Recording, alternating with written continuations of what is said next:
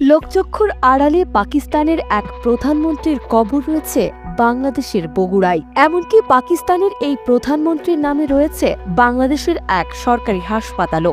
কংক্রিটের চাদরে মোড়ানো এই কবরটি পাকিস্তানের তৃতীয় প্রধানমন্ত্রী মোহাম্মদ আলী চৌধুরীর।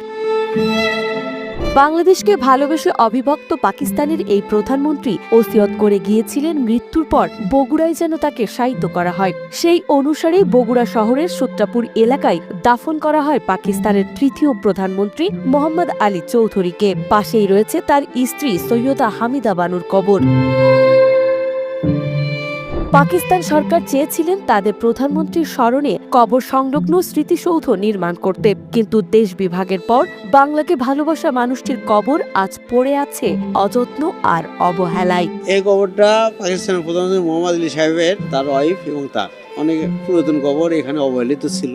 আমরা মার্কেট পক্ষ এখানে পরিষ্কার করেছি, যত্ন করে রেখেছি। মোহাম্মদ আলী সাহেবের কবর যখন বড় মসজিদের সামনে খনন করা হয়, তখন বগুড়ার ডিসি, পাঞ্জাবি ডিসি ছিলেন মাকতুম আহমেদ খান, তার কাছে বার্তা আসে, টেলিগ্রাম আসে যে কবরের জায়গা এমন প্রশস্ত এবং খোলামেলা হয় যেখানে পাকিস্তান কেন্দ্রীয় সরকারের পরিকল্পনা আছে তার কবরস্থানকে স্মৃতিসৌধ করা হবে।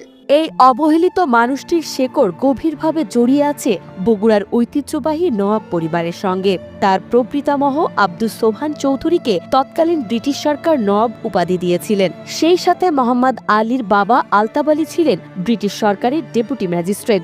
1909 সালে বাবার কর্মস্থল বরিশালে জন্ম নেয় মোহাম্মদ আলী। এরপর কলকাতার আলিয়া মাদ্রাসা ও প্রেসিডেন্সি কলেজ থেকে কৃতিত্বের সাথে উচ্চ শিক্ষা গ্রহণ করেন তিনি। পরবর্তীতে ইন্ডিয়ান সিভিল সার্ভিস ICS পরীক্ষায় উত্তীর্ণ হওয়ার পরও কেবল পিতার ডাকে সাড়া দিয়ে স্টেটের দায়িত্ব নিতে বগুড়ায় ফিরে এসেছিলেন মোহাম্মদ আলী চৌধুরী। এরপরে বগুড়া জেলা বোর্ডের চেয়ারম্যান ও পৌরসভার ভাইস চেয়ারম্যান হিসেবে তার রাজনৈতিক যাত্রা শুরু হয়। জনকল্যাণে অবদানের জন্য ব্রিটিশ সরকার তাকে 1937 সালে খান বাহাদুর উপাধিতে ভূষিত করেন। 1946 সালে তিনি স্বাস্থ্য ও শিক্ষামন্ত্রীর দায়িত্ব পেয়ে ঢাকা মেডিকেল কলেজ প্রতিষ্ঠায় অত্যন্ত গুরুত্বপূর্ণ ভূমিকা রাখেন। মেধা ও যোগ্যতার চূড়ান্ত স্বীকৃতি হিসেবে 1953 সালের 17 এপ্রিল তিনি পাকিস্তানের প্রধানমন্ত্রী হিসেবে শপথ গ্রহণ করেন। মোহাম্মদ আলী 1953 সাল থেকে 1955 সাল পর্যন্ত পাকিস্তানের কেন্দ্রীয় সরকারের প্রধানমন্ত্রী ছিলেন। বগুড়ার নবাব পরিবারের আলতাব আলী ছিলেন, ওনার দুই ছেলে মোহাম্মদ আলী এবং জাকির। মোহাম্মদ আলী পাকিস্তান পিরিয়ডে প্রধানমন্ত্রী ছিলেন।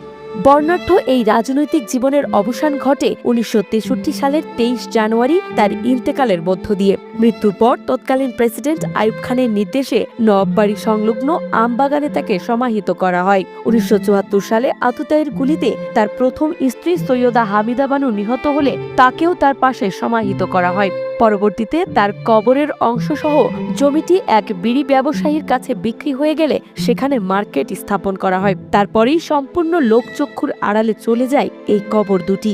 স্থানীয়দের চাওয়া সরকারিভাবে সংরক্ষণ ও সংস্কার করা হোক এই কবরটি।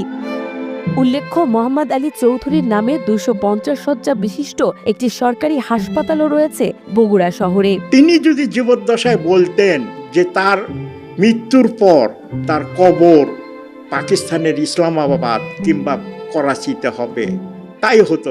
কিন্তু তিনি বগুড়াকে কতটা ভালোবেসেছিলেন, মৃত্যুর আগে তার ওসিয়ত ছিল তার কবর যেন বগুড়াতে হয়। উনি খুব ভালো মানুষ ছিলেন। এই সমস্ত সম্পত্তিটা তাদের ছিল। সংস্কার তো অবশ্যই দরকার, সে একটা দামি লোক ছিল, তার জন্য এই কবরটা সংস্কার করা অতি প্রয়োজন।